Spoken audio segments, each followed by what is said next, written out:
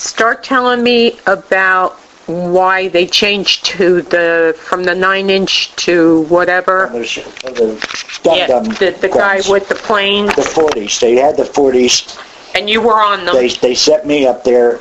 I was one of the guys that handed the ammunition to the guy that's right up there on the pedestal, and I hand it to him. He puts it in a gun. They fire it, and I keep handing him ammunition.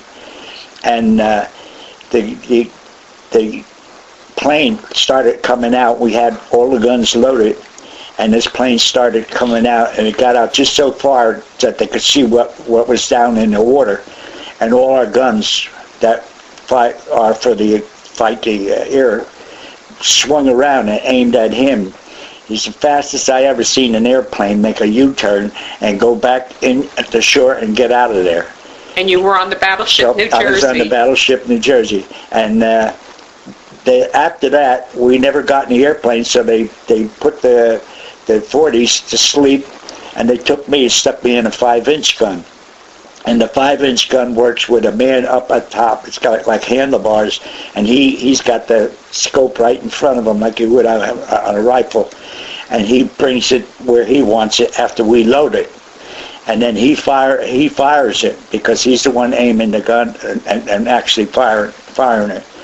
So we were loading it, and I was shoving in the tip of it looks like a big bullet, the shell that goes when you fire. I shove it in. The guy's right next to me, across from me. He shoves in the powder case, which looks like the back of a bullet, and that's where the powder's in. He shoves that in, and as soon as he shoves that in, I slam the hatch shut, and it's secured. And then we have this man that's in the Navy. He's communicating with the man on the gun, and he tells him load it and ready to fire. So the guy goes, and all he does is aim it, and he pushes the button, and the shell goes. And then we do the same thing over again, load it again. And we're loading it, and the one guy slipped with the casing for the powder. He went and pushed it in, and I was going to slam it, and he's got his hand in the way, and I couldn't slam it fast enough. So the case came back out, and I slammed it, kept the shell in there, and the thing dropped down. Well, the guy that was giving the instructions to the guy on top thought he saw it when he was watching us. We were fast at loading it. He figured it was loaded because he saw me slam the thing, and he gave the guy the okay to fire, but it was going to fire nothing because the powder case was it was down behind the butt of the gun, and it looks like a big butt that you have on a 45, and it came down and bent the thing. It caught the thing because the guy was bringing the handlebars down. Our butt of the gun was coming down. He was raising it up, and it pushes down on the butt, and it hit the powder cake, and it started bending it. And I was looking at it. I figured this is going to go, and we're all dead. And and the guy saw what was happening, that was communicating, and told him, get off it, give us command. So the guy shut down the handlebars. We got right away, the guy that was in there brought the butt back up, and it was bent like a V. And I went to grab for it, and the other fellow that was next to me that puts it in grabbed it quick and hollered out of the way. And another fellow jumped down, opened the hatch, and they threw it out on the deck. Then one fellow jumped out after it, and he got on it, and he took it and he threw it over the side of the ship because the ship was moving, and it just hit the water and disappeared. But they all got back in, and we started all over again. But for that first split second, when that was bending, I figured if that blows, I'm dead. I'm standing looking right at it. Mm-hmm. But luckily, nothing happened. This was the Korean War. Yeah, and after that, we had no problem. But the two Navy buglers, they call them field music fellas, they didn't like being up on the bridge because they said if a shell ever hits the bridge, it was just light metal, mm-hmm. enough to secure against the storms and that. But a shell from the shore, we're shooting 16-inch guns. They're 16 inches around, and they're firing 20s. They're 20-inch guns they got. They brought them out from a mountainside. They had a opening there, and they would bring them out and fire them at us. Well, they came. We were in there, and they just sent me up to the bridge, and I was on the bridge, and they down below were doing the firing, and we had the Marines that were running the show on the shore, and they were giving us where to fire and when to fire. All I had to do then is play all the calls. I sounded the attention for them to get the battle stations. I stopped them. Because the other two buglers didn't want to be up there. They didn't want to be up on the bridge. So and you ended up doing all the battle. Being a Marine, they stuck me in the 5-inch. They figure he's a Marine. He's got to fire. You know, he's supposed to do the killing. So they stuck me in with a bunch of Marines. And then they took me out. And I ended up on the bridge, and when the captain heard me sounded calls, he was asking for different calls, and the two Navy boys didn't do it like we did. I think it was like 163 calls, and I knew them all by heart because I played trumpet, and when I got there, it was simple for me to memorize these little numbers they played. What I did is I sparked up when they had the call for movie on the after quarter decks, okay, or on the stern. I would jump on the play the bugle like a trumpet, and it's supposed to be maybe about 2 minutes, not even a minute call. It moves real fast, but I jived it up, and it took me 3.5 minutes to play it. So they all would be taking their time getting to the back because they used to run. By the time the thing gets done, you got no seats back there. So I used to play it fast and jazz it up, and they used to run. They used to just walk back, take their time because nobody was running. They knew what was going on, and they wanted to listen to what I was playing. And we have on the deck calls. You can hear the bugle all over the ship, and the captain liked it the first time I did it. And he wanted to know what the hell was that. And one officer, a young officer, was on watch. He said, "That's the movie call." He said, "I never heard movie call like that, but you keep that bugler up there. We see what else he can do." So I was the captain's bugler. He didn't ask for the Navy. He made it between the captain and the Marines and him, order that the Marine bugler would come up here when we have battle stations or anything special. I want him up on the deck. So I didn't have to do anything but go up on the bridge. Mm-hmm. Then you told the other buglers, I can dive into the water if you're going to sink with the ship. I told them, I said, if the shell does it, I said the shell did hit once, but it hit the top of the turret. It bounced off it like a ball. It hit the side of the shell. It was coming. We heard it coming in, and it was loud. And when it went wham, and up in the air it went and down in the water. And thank God it didn't blow up because we would have got a lot of the shrapnel from the top of the gun. And we know it was bounced. Well, we moved. After that, they put it into gear, and they moved 38. I think it's 38 miles an hour, and they're dragging 38 feet of ship under the water. But they moved, and you could feel it cutting through the water, even in the storms. We used to go. The whole bow would go underwater and come up, and the wave would slap against the windows that are listed on the bridge. And above us, there's a second bridge, and all the admirals and the officials go up there, and some of the officers go up there to see what their duties are when they're on duty. So we had them above us, but the shells, they used to aim for the bridge because that's where you had the steering. Right. And they figured that once they blow that up, we have to go. But they do have another section they can still work the ship. Mm-hmm. As long as, the bridge, we all could be dead, but they would still be able to maintain the... How many feet did it move when you left it? How many?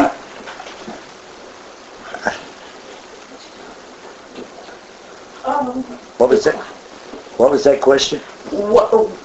When you fired your shells, yeah. How many feet did the ship move, the Jersey move in the water? When we fired a 9-gun salvo, and that's power. That's 9 guns shooting all at the same time. They ordered the order, opened fire, and at that fire, them buttons are pressed and every one of them cannons go off. We moved 6 feet sideways in the water, and she's dragging 38 feet of steel. But she moves 6 foot back, and if you're up on the bridge, you bend with the force of it. But the idea is when them 9 shells hit the shore, they obliterate whatever they're going for, because they're all aiming for a certain spot, just a few feet, a few miles out of the way. But they let them all go, and we had a place called Anchor Hill. When we got done with it, the Marines called it Anchor Flats, because we took half the mountain off when we were firing, when the enemy was on their side. They used to dig their trenches. It was a circle.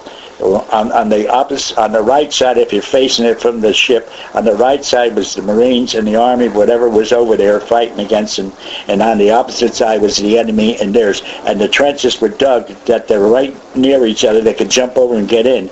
So you always had to have a guard at the end. So if any of the enemy go to come over, you shoot them right away.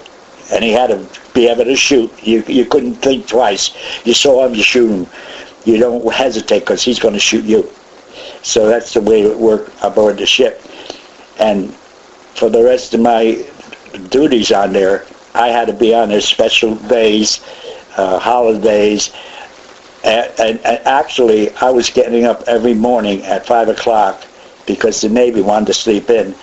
I was taking them, the Marine corporal or sergeant was on duty, would come down and wake me up, and I'd have to get up on the bridge and sound reveille, and then I'd have to sound for the breakfast, and then retire from it. They have all kinds of calls that you have to know and you have to play. And after a while, all the sailors and the Marines got to learn what call they hear it, and they say, "Oh, I know what that was," and they run it. They get up and go, whatever it is. Like when I play for them to go to breakfast, they'd wait for that call. As soon as they heard it, they know, and they all rush down to get first in the seats. You played the call when Xavier Cougar came on. Oh, yeah. Tell what happened that day. You can't remember that? I can't remember that, but I know that when he came aboard, we gave him a signal like we would for an officer coming, an admiral or someone coming aboard. I'd sound attention, and then the boatswain mate, he had that little whistle there. I would play the call. He would play that call he had for attention, and then it would go like a "whirr," and then he'd give the order what was going on. And all the guys that were boatswain mates, we got to be very friendly, and they used to look out for me. And a lot of times when we were out to sea after we were in battle, they would tell me, like the one guy would come and say, "Hey, Teddy, why don't you just go outside on a bridge and enjoy the view and the weather, and if they want you, I'll rush and get you right away," because we had the speaker on the outside too. So he was a boatswain mate for the time he was on. They were going on like 4 hours. I was there all day and night because I spent most of my time there, and I used to go to. They only used to relieve me when I went to eat. They would come up and in case they need a call, they would be there. But as soon as I got done eating, I'd be back up on the bridge, and they'd go back to their whatever they were doing. So for me to be on a ship, I was always playing. Talk about the time when the shrapnel came and caught the guy, and he got a Purple Heart or something for it. Oh, the one guy got a piece of metal. He opened the hatch. We had the 20s fired at us, and they blew up in the air. I don't know what they were doing, but they were blowing up in the air, and that way they were scattering the metal. Right. I don't know how they worked themselves, but that's what we get out of the way when we know they were shooting them shells, because they do a lot of damage. And the one guy, the one shell came in and blew, and you heard this wham, zing, bang, boom, and it sounded like somebody pounding on the hatch. So this idiot goes to the hatch, opens it up, and the second one that came over blew up, and a piece of shrapnel came right across his shoulder, his right shoulder, as he was hanging out the thing, hanging on the door. It went right across his shoulder, bounced off, and luckily it bounced and went that way. If it had come in this way, it would have killed him. It took his shoulder, scratched put a nice cut in his shoulder, hit the metal, and bounced to the left of him. And he was standing there with his mouth wide open, and they're hollering for him to shut the hatch. And the one guy says, "My God, he's bleeding." And he went and he grabbed him, pulled him in, because he was in shock. He didn't know what happened. He went over there and pushed him out of the way and slammed the hatch and put the all the dogs on so that it wouldn't move open. And of course, the guy that was there with the earphones and a speaker in his hand, he was looking with his mouth dropped up, and then he finally caught what was going on. He said, "We got a man wounded here." And they're wondering, how the hell did he get wounded in a 5-inch gun? And of course, the captain, when he heard it, he started laughing. When we were, after that scene was over, we were going out of the way, out in the sea. And the one guy was explaining to him, and he thought it was funny too, because the look on the guy's face, they asked the one Marine that was watching, and he told the story, exactly what happened. And the guy was always that kind of guy. He wanted to see what was going on outside, and you're not allowed to open them hatches because you don't know what's flying around. And he finally found out what was around, and they took him out of the 5-inch and sent him below deck. They didn't bring him up no more. They're afraid that it might come around and kill a couple of us, bouncing off the walls.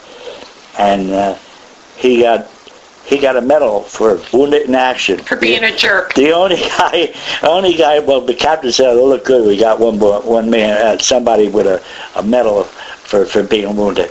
And he actually got him a medal, gave him a medal for wounded in action. And his excuse was he wanted to know if it was going to be burning and we should get out of it.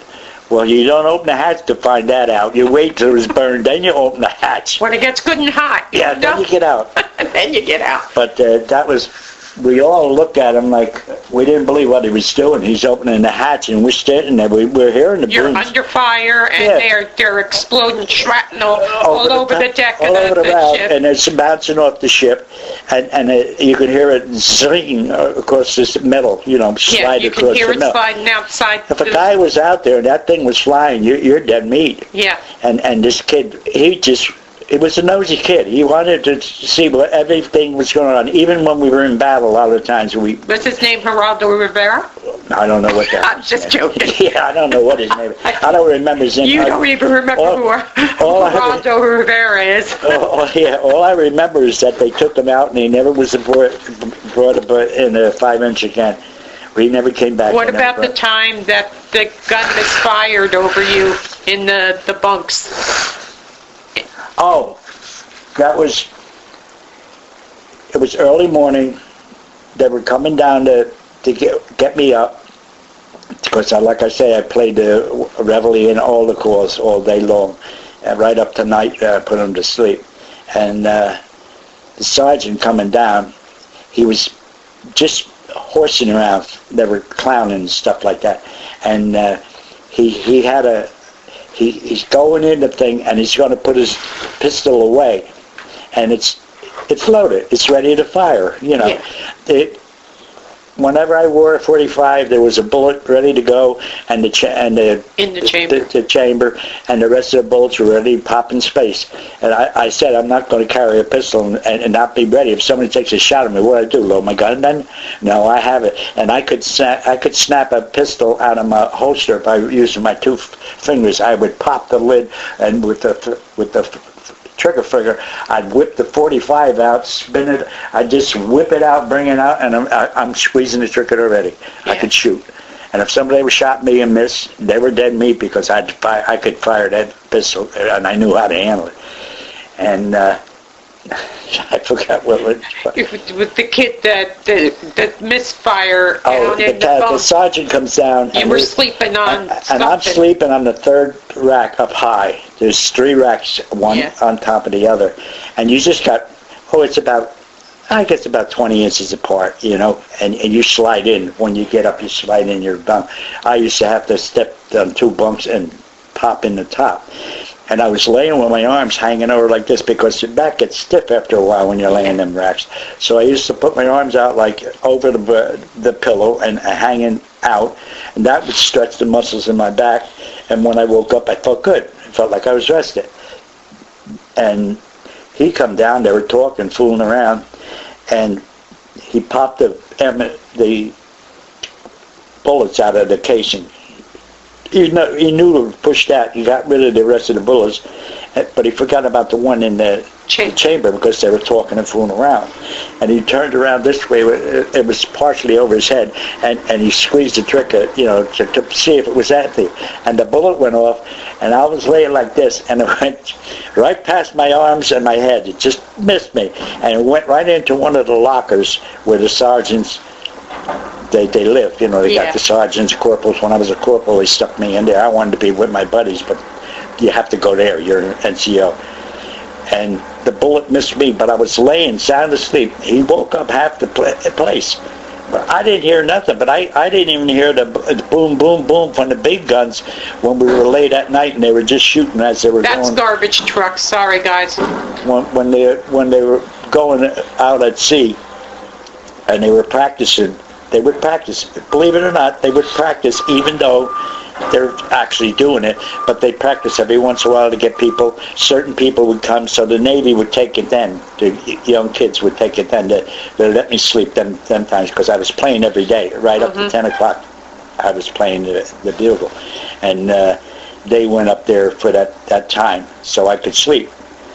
And that was like an early, just certain people would come out and man their weapons and all, and the no bugle, not until reveille. So that guy would stay up there, and he would play a certain call for them to come out, and I forget what the call was, but he would play it, and I would never hear it. For some reason, I would sleep right through it. I slept through the cannons, too, when they were firing. Well, you were up almost all the time. Well, every day I was up at 10 o'clock, and I was getting up at 5. Yeah. And I laid there, sound asleep, and the rest of them, the guys beneath me, they're all looking for bullet holes, They heard the shot. They thought you got hit. And they looked at me, and I was so silly. They said, "You killed Kubik." And the guy... They didn't want to touch me. They were both shocked because I wasn't moving, and I was sound asleep, not a noise out of me, and my arms was just hanging like this. So they assumed I was dead. Mm-hmm. And they said, "What are we going to tell them?" And they just, you should have checked the chamber. You should have checked the chamber before you pulled the trigger. He says, "Yeah, I know." And they're just screaming and hollering. And I'm listening to all this noise, and I'm wondering what the hell's going on. And I turned my head around. And I said, "Just shut the hell up and go to bed." And they all stopped talking, looked at me, and it cleared. The whole place was absolute silence, and they cleared, and they didn't even tell me until the morning. And they said, "Want to show you something?" And they brought me in. There's one sergeant brought me in. He was laughing. He says, "You are something else." He says, "God bless you. It's a good thing you didn't move. You laid the way you did." And he says, "You see that hole in that locker?" And he opened it up. The thing was right in, up against the back of the thing that lays against the metal. Mm-hmm. You see it spread, bent up. And the one guy said, "We're going to leave it there in commemoration of you."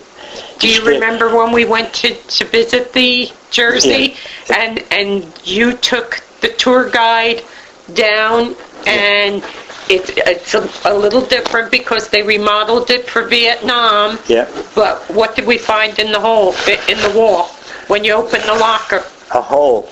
Right where there was a hole right in the locker where the bullet went in.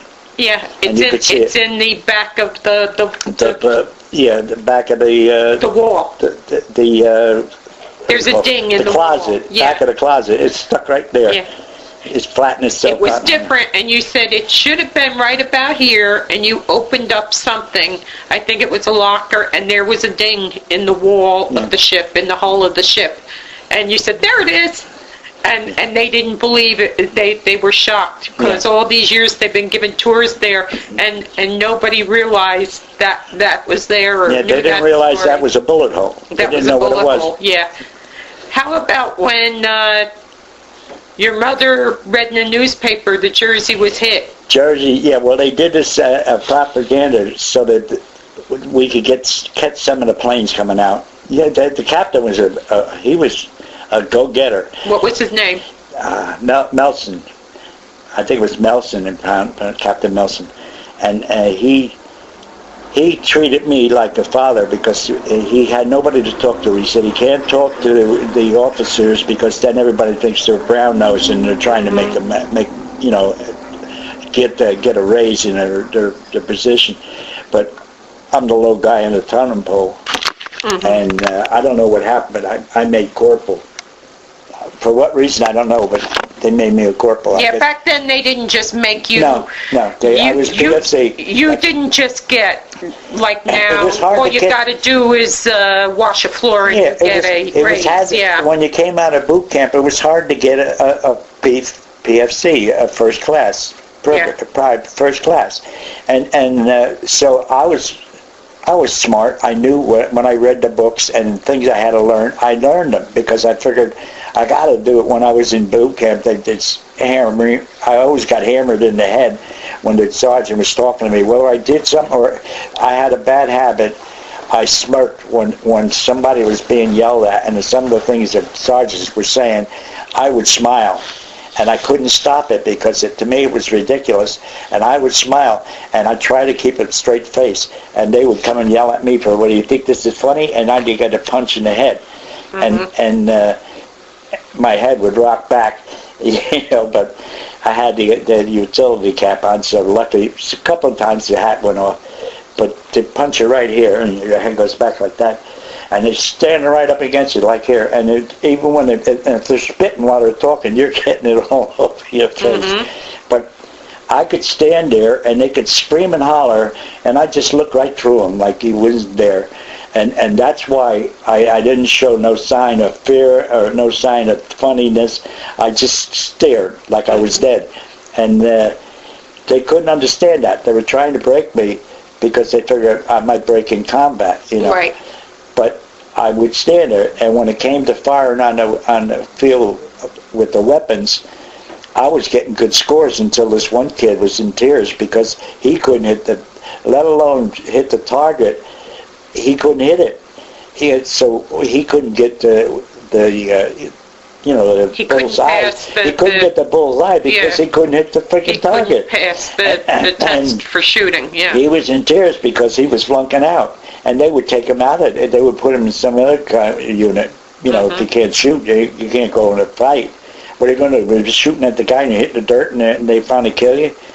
So he was crying, and I asked him, and I felt sorry for him, and he says, I can't even hit the freaking sign, let alone get a bullseye. He says, and I'm going to lose it. I'm going to leave all my friends, and I don't know what they're going to do with me. So I said, look, I'll tell you what, I'm on target 1. We were both on B, whatever for the shit. Yeah, you don't remember for the fire. What it's called. Yeah, I don't know what it was. The range. The range, right.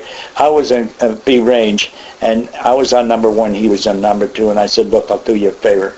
I'll shoot your target. You shoot mine. At least try to hit it. And I knew I was a good shot. I always had good scores. So on the day you're going to be looked at and certified. Certified, right. I shot his target, and he got a fantastic, record. And he was shooting at mine. What the hell he was hitting? It sure as hell wasn't the target. And what happened to you? I got a zip. Well, I was put at the end of the line with 2 other guys. We had to march with our hats on backwards, with the peak on the back, and with the weapon we had to hold it down like a hunter. You hold it like a dumb hunter. You don't know how to hold your weapon. And the rest of the guys would march with their weapon on there. Right. And 3 of us would be in the back. We were punished this way.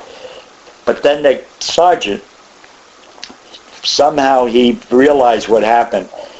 And he said, he must have said that I was shooting target 2, because he says, look at this guy's record. And when they came out, they said to me, they gave me a different score on the last time I shot before I went out there to shoot for this show. So the last time I shot, that's what they put in my record, and not the 0 that the guy did for me. But that poor son of a bitch, he went to Korea. God knows what he hit. But, he could Well, you all went to Korea. You just I was fought on going a to ship. Korea. You were on a ship, being shot at 24/7. Yeah, I was going to go to Korea with the rest of the troops. That's what we were made for. And with the score I had, they found out I played bugle or trumpet, and they said, "Well, let's use them as a field music." So I when they told me when we were all going to Korea, they said call me back in. They figured if I couldn't hit an enemy, at least he could play the calls, And I couldn't understand what happened. I didn't realize it was because of the score. So they made me go to field music in Paris Island, and all the rest of my buddies and all went to Korea. They went to California first, advanced training, and then they went over to shoot the war out. But then you ended up on the Jersey, firing the 9 inches. I fired the 40s, and then we fired the 40s for practice because no airplanes came out. And then the 5-inch, they stuck me in there. And then the Navy didn't want to be on a bridge, so they talked to me one day, and they asked me, I said, well, you're going to have to check. Get your officer to talk to my captain and tell him. And that way this can happen. So what they did is the one day they were waiting for the sailors to come up. They told me, you're going up, so go on up, because the sergeant came in and said that the Navy said you're going to go up and play too. So it's your turn today. So I went up with the bugle, dressed with what I was supposed to. I went up there, and the funny thing is I thought when you went up there you had to have your khakis on. And I went up there after that. I played the calls, and the captain liked me. What about because they came, your mother read the newspaper, the Jersey. And they actually had a picture. It got hit, but there wasn't a hole. No, they had a picture of a hit near the bow of the ship, which is the front, and it looked like a black hole. And we're all looking at it. They got the papers, you said. Your families were sending you. We got papers. And they it showed a hole in it, and we're all looking. Where the hell's a hole? There's no hole in the because ship. You got hit, but it didn't put a hole in it. No, it bounced off turret 2. There's turret 1. This is turret 2. It came like this, and it went bong, and just bounced off like a ball. If it had went this way, it would have blew up. But the way it was coming down this way, so it just bounced and went off. And it made a mark in a thing there. Its skid mark was good. And of course the guys that were working there were wondering what the hell happened. And I was there when it bounced. And where did you used to take your naps? Do you remember telling me where you used to? You used to lay on something down in the Marine quarters? No, you used to lay in the ammo and lay on it, and they'd ask you why you were on the gunpowder, and you said, well, if we get hit, I won't know anything. Oh, yeah, and when I was in the 5-inch. Yeah. When a 5-inch, I laid close to see the powder room was right beneath you. And I used to sit on the side of the deck there and fall asleep. When we weren't doing it, we'd be there for 6, sometimes 8 hours and not firing a shot. And you're sweating because it's hot in there. And I used to say, well, I'm going to sit down because I had to put the shell in. So if they wanted us to go and put the shell in, the bugle, they would say, man your stations. And I'd automatically jump up and, wait for the guy down below to send up the shell. He'd send it up, I'd grab it, shove it in the hole, and the other guy, as soon as I got it in, I'd get my hand out of the way, he'd shove the casing in, and I'd slam the thing behind him. So you would take a nap, though, I was taking a nap. And everybody called you crazy. Yeah, they said, what are you doing? And everybody was shifted to one part of the 5-inch, and I sat right down where the ammunition came up. I don't care if you're on that side of the thing or you're outside of the thing. If that hits that position, it doesn't matter where. The whole place is going up, like the Arizona. Yeah, right. It's going to go up, and that's when I went aboard ship. A lot of guys were afraid there because if this thing sinks, where are you going to go? Even if you could say, who's going to pick you up? Me, and I'd look at him and say, hey, if this thing gets hit and blowing up, half of us are going to be dead anyway, so the rest of us are going to be losers if nobody's there to pick them up. They're going to Right. drown. Yeah. So what are you worried about? To accept it. You're going to be dead or drown. And they looked at me and said, that's a hell of a way. I said, well, what are you going to sit there and worry every day when you come up here? I said, the hell with it. If you get in, you'll never know it. The next thing you know will be Jesus say, hey, boys, glad to see you. Do you remember when we went and picked the boys up? They were honor Marines, and we picked them up from Camp Lejeune. I don't and remember. you don't, but you looked at me and you said, oh, you sleep in buildings? Because what did you sleep in basic? Basic tents. 5-man tents. Rain or shine. We have five men tents. And was it 5 or 8? Well, I think it was 5-man tents, but could have been 8. But You were real surprised. You said, you guys have buildings? Yeah, it has. You have a cushion on a rack that's canvas. You open up, and the cushion is on that, and you put your sheet and all up there. You make a bed, and you lay on that thing, and of course it warps like that, you know, when you lay on it.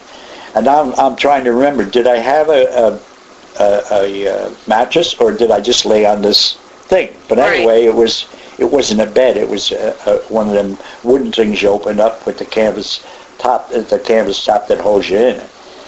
And I slept there for 3 months. I was sleeping in that thing. What do you always tell people how did you get into the Marine Corps? My friends and relatives invited me. Right? And I went to the service, and my father was a soldier in the First World War, and my brother was in the Navy. He was in the Army Corps of Engineers. Yes, and my brother was in Navy. He was stationed aboard a ship. And your brother ended up in Normandy, the invasion, and he was blown out of 6 transports trying to get soldiers to the land. Yeah, I can't remember that. I do. And he was only 17. Your mother lied about his age. Yeah, and I figured I'm going to pick soldier because my dad, he was proud of it being a soldier, and I figured my brother, I thought he would go in the Army, you know, but he went to the Navy because he knew you got better life in the Navy aboard ship. So I went in and I picked soldier, and we were all getting ready. All the soldiers were going to training in what was it, Long Beach, California, wherever it is the Marines go. And No, they you said advanced soldiers training. go, yeah. They give you advanced training for hand to hand and all that stuff. So when you get over there, you could fight your way out and save your ass. Somebody came out and asked if you're smart enough. Yeah, somebody came out and they said, if your points and your scores are up to what we want, you could be a Marine. So anybody here wants to be a Marine, raise your hand and we'll check your record. So I figured, well, that's a good idea. My father was a soldier, my brother was Navy. No, neither one can get mad at me or feel hurt. I'll be a Marine. So I raised my hand. And they went, I was a pretty smart kid. And I went, I was 20 years old. And they went out and they came and started calling names. And they called my name, my buddy's name, Frank Capazinski. And he used to live next door to me in Napoleon Street in Newark. And they called him out. And then all at once they hollered, see, he was Capazinski. It's K-A. I was K-U. So I was, he shook my hand. He said, I'll see you, buddy. I said, oh, take care. And he said, I wish I was going with you. I said, don't worry about it. And then they called the next name. They got Kubik, and I'm a Marine now. Okay, this was great. But for the first, when I got to Paris Island, for the first 3 months, I thought I was a prisoner of war because they kept punching me in the head and yelling in my face. And I didn't believe it. But I'll tell you what, when you got done with there and you were in action and there was a machine gun nest up a hill firing down on you, and this man in command said, Kubik, you, and you go up there and take that machine gun out of there. I said, we get up and we run up. We would go up there and try and get it. Mm-hmm. I said, we never thought we were going to get killed. We were told to go get it, and we go get it. Do you remember the gnat story in basic training? The gnat in your eye?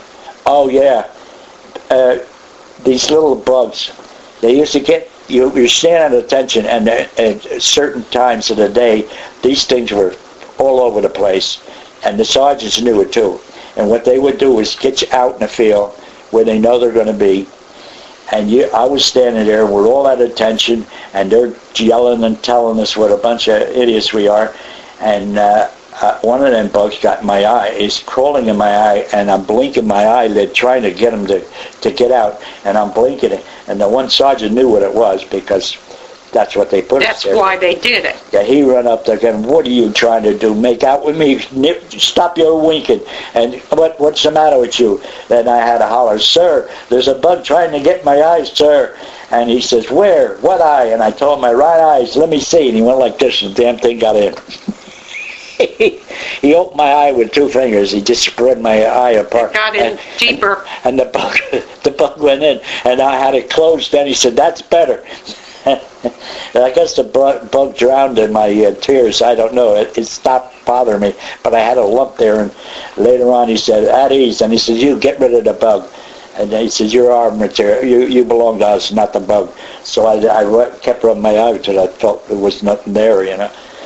But you remember them yelling at you, telling you that you know, that tree, that bug, they were here before us. Oh, yeah. Don't you kill that bug. Mosquitoes. Yes, mosquitoes. Mosquitoes, they have some mosquitoes coming to say cooling going into the evening after supper, and they park you someplace where they knew there was mosquitoes, where there was a little puddles of water and they're growing.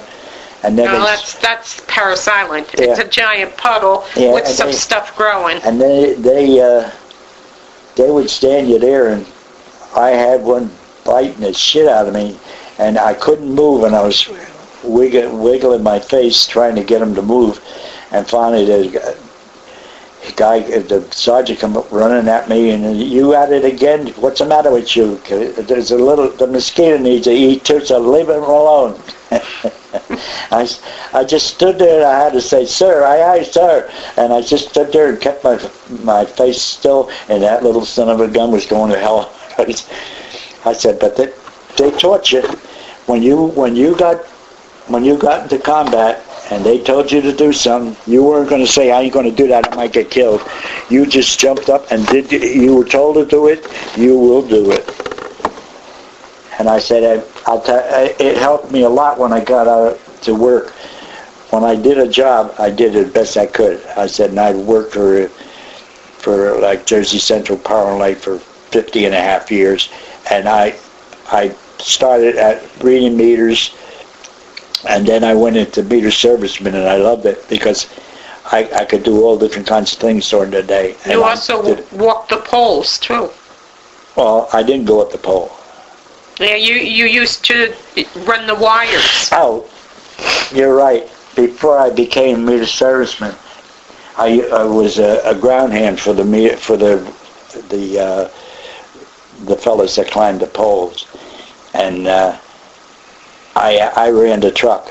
Mm-hmm. I drove the truck, bring them to the stop, get it blocked off so nobody could get hurt, put the cones out, get what they need when they get up there, make sure I get the rope out for them by the pole so they could take it up with them, and then I would run up the bucket with whatever they call for, and I used to work sometimes 3 poles. I'd be parked at the center pole, I'd have to run up, and I mean run up. The guy was hollering for something, I had to run up, raise it up on a pole, give him what he needs, and give him a little extra, and then run back and for the center pole, or pass him and go get the other pole.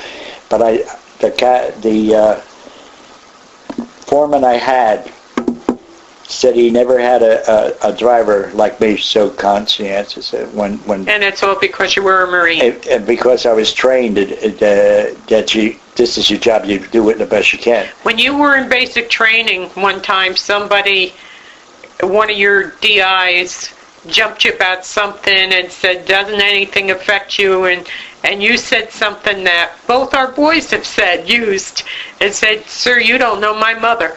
Yeah, that's it. He came at me and gave me a lot of heat. And doesn't anything bother you? Yeah, and I said, no, sir. I said, you don't know my mother.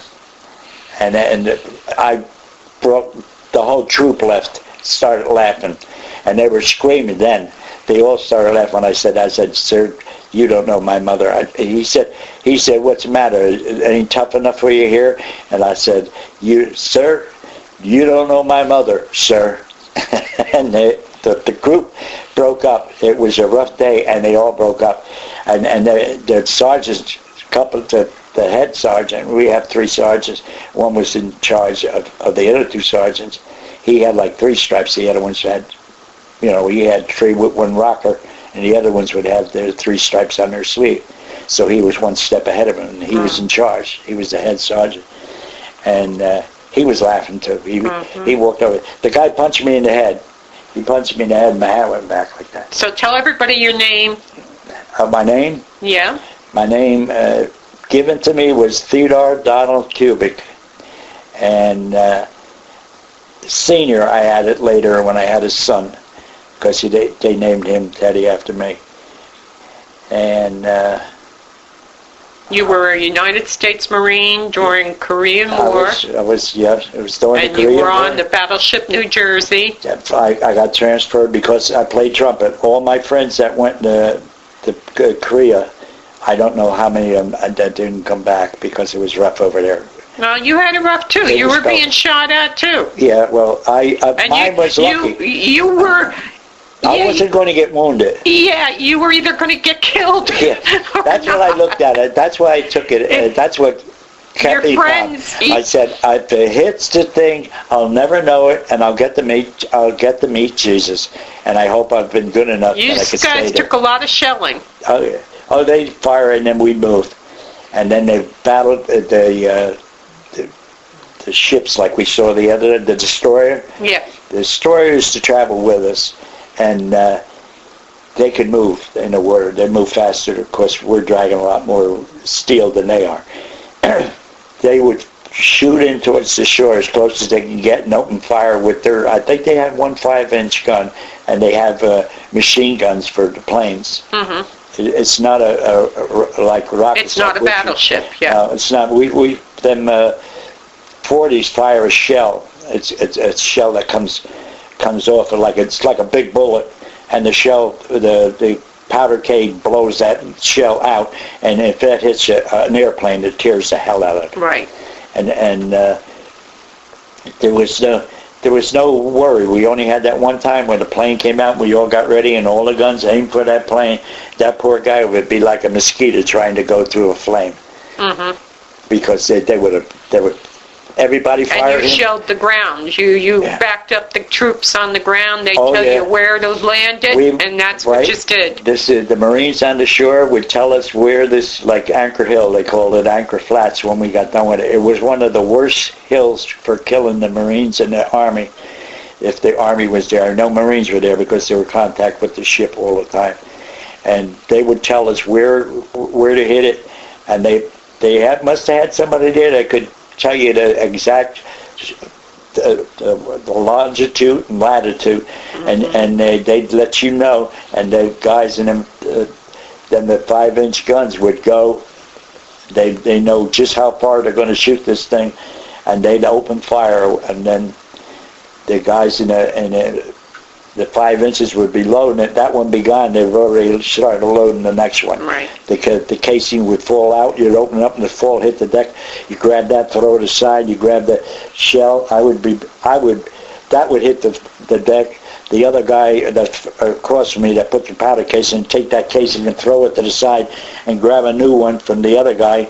And I'd be grabbing the shell itself, shoving that in the gun. He'd shove that powder keg right behind my hand, and if I didn't get my hand out of the way, I was going to lose fingers. Mm-hmm. And then, of course, if he didn't get his hand out of the way, he was going to lose a hand because I slammed the breech. I slammed it shut, and I would lock it. And then the man that was there with he had the speaker in his hand and the earphones so he can hear them. Where it's got to go. Yeah, we're ready to fire. He'd holler, ready to fire. And ready, lock, load, and then fire. Up there they would give him load, lock, and fire. Right, and then they'd fire the shell out. And as soon as that shell was gone, I'd open that breech, and the casing would fall out, and they'd be handing me another shell. I'd be shoving it in. The guy already threw the bat on the way, and he's grabbing a good one, shoved that right in my hand. It was constantly just doing that. Let me ask you something. When you came home, nobody gave you parades. No, we got nothing. You got nothing.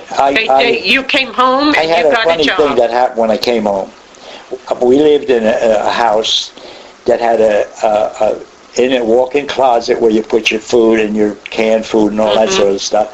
There was a door on the floor, and you would lift that up you would lift it up and hang it up on a hook. And then you would go down there and take care of the heater, make sure the water wasn't reaching the heater. So we'd go down that way. And my father and I'd go first because it was going to hit the electricity. I didn't want my father to get killed. Right. So I'd go down first, and then I'd open the door and let the water out. And because for some reason, where our trough was taking the water out, it would come up there when you had a bad storm. So we'd have to open the door, and it'd go right out the door because it was tilted. Right. And so I would rush down there first because I said to my dad, I can move faster than you, Pop. And I said, hold the door, and I could run down there and through the water, and I'd take the door, open it up, and the water just go whoosh out the door and down the hill. And I'd hook the door open so it wouldn't close, and the water then would come back, but it'd go right out. It wouldn't go up because the heater was down there. There was an explosion or a bang one night. Well, one night we had a backfire, and was it night or morning? I think it was morning, early morning, because my father and mother used to get up at 5 o'clock. I used to get up at 6 because I was used to getting up at 5, but they forced me to stay in, and it was like me having the Navy playing the calls. So that when an alarm went, it was my turn to get up. No problem. It was like the guy saying, Kubik, get up, you're on duty. And the water got close to the thing, and it backfired. It went to fire the flame for the furnace, and the water was there, and it went boom, and I heard a rattle, and I jumped out of the bed. I ran to the closet. I opened the door, ran in it, got up, opened the thing, and my father was hollering my name. And he would call me Kubik because he knew I was sticking on the Marine. I ran down the cellar barefoot, water on my feet. I opened the hatch and I threw it just like I was clearing out the shells. The shell room. I was doing like I was in a 5-inch. And I realized when I hit that cold water, and I ran over there and I opened the hatch, and I went, what the hell am I doing? Your father said, Marine. Yeah, and he hollered for me, and I turned around and looked, and he had a smile on his face, and he says, you thought you were in a 5-inch, didn't you? I said, yeah, it was kind of wet too. And he laughed, and we both laughed, and my mother said, geez, I never seen him move so fast in my life. And my father, because he was sitting at the table, they were having breakfast. And I come saying, I was like 5:45, so my alarm didn't go off yet. But he heard that slam boom, and he was going to go down to see what it was. But it was the water coming up, and it backfired. And it sounded like a shot, like a cannon shot. But after that, I had no more problems. No. I never had nothing. You just fight all night in your sleep. Well, see, if you hear something explode like a transformer, you're up. What was that? What was that? So yeah, you had no more problems, but you still have problems. Yeah. It's the Marine Corps birthday. Happy birthday, Thank Semper you. Fi. Semper Fi. Hoorah. Hoorah. Thank you for serving. My pleasure. Thank you.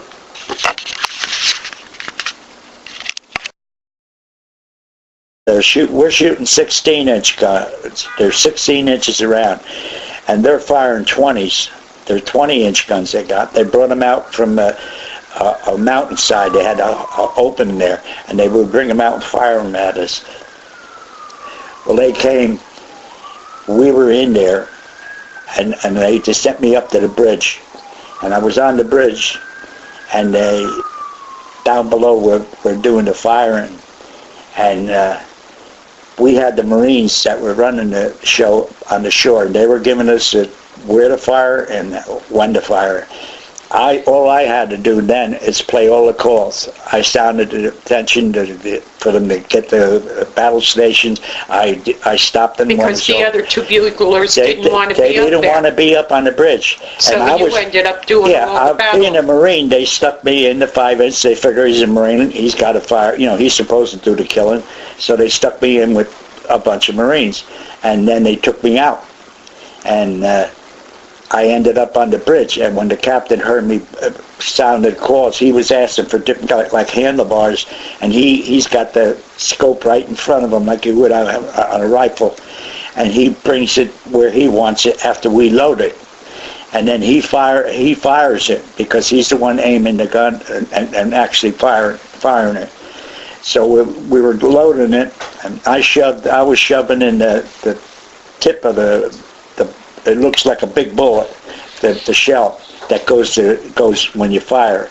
I shove it in, the guy's right next to me, across from me. He shoves in the powder case, which looks like the back of a bullet, and that's where the powder's in. He shoves that in, and as soon as he shoves that in, I slam the hatch shut, and it's secured. And then we have this man that's in the Navy.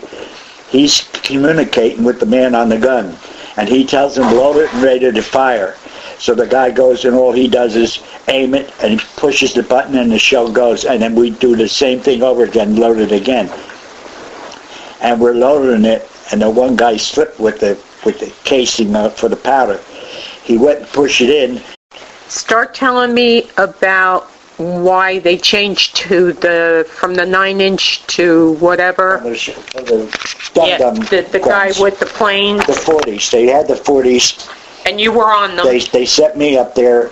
I was one of the guys that handed the ammunition to the guy that's right up there on the pedestal, and I hand it to him. He puts it in a gun. They fire it, and I keep handing him ammunition.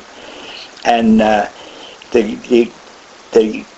plane started coming out. We had all the guns loaded, and this plane started coming out, and it got out just so far that they could see what was down in the water, and all our guns that are for the fight the air swung around and aimed at him. He's the fastest I ever seen an airplane make a U-turn and go back in at the shore and get out of there. And you were on the Battleship New Jersey. I was on the Battleship New Jersey, and after that, we never got in the airplane, so they put the 40s to sleep, and they took me and stuck me in a 5-inch gun. And the 5-inch gun works with a man up at top. So the guy shoved down the handlebars. We get right away, the guy that was in there brought the butt back up, and it was bent like a V. And I went to grab for it, and the other fellow that was next to me that puts it in grabbed it quick and hollered out of the way. And another fellow jumped down, opened the hatch, and they threw it out on the deck. Then one fellow jumped out after it, and he got on it, and he took it and he threw it over the side of the ship because the ship was moving, and it just hit the water and disappeared. But they all got back in, and we started all over again. But for that first split second, when that was bending, I figured if that blows, I'm dead. I'm standing looking right at it. Mm-hmm. But luckily, nothing happened. This was the Korean War. Yeah, and after that, we had no problem. But the two Navy buglers, they call them field music fellas, they didn't like being up on the bridge because they said if a shell ever hits the bridge, it was just light metal, mm-hmm. enough to secure against the storms and that. But a shell from the shore, and I was going to slam it, and he's got his hand in the way, and I couldn't slam it fast enough, so the case came back out, and I slammed it, kept the shell in there, and the thing dropped down. Well, the guy that was giving the instructions to the guy on top thought he saw it when he was watching us. We were fast at loading it. He figured it was loaded because he saw me slam the thing, and he gave the guy the okay to fire, but it was going to fire nothing because the powder case was it was down behind the butt of the gun, and it looks like a big butt that you have on a 45, and it came down and bent the thing. It caught the thing because the guy was bringing the handlebars down. Our butt of the gun was coming down. He was raising it up, and it pushes down on the butt, and it hit the powder cake, and it started bending it. And I was looking at it. I figured this is going to go, and we're all dead. And and the guy saw what was happening, that was communicating, and told him, get off it, give us command.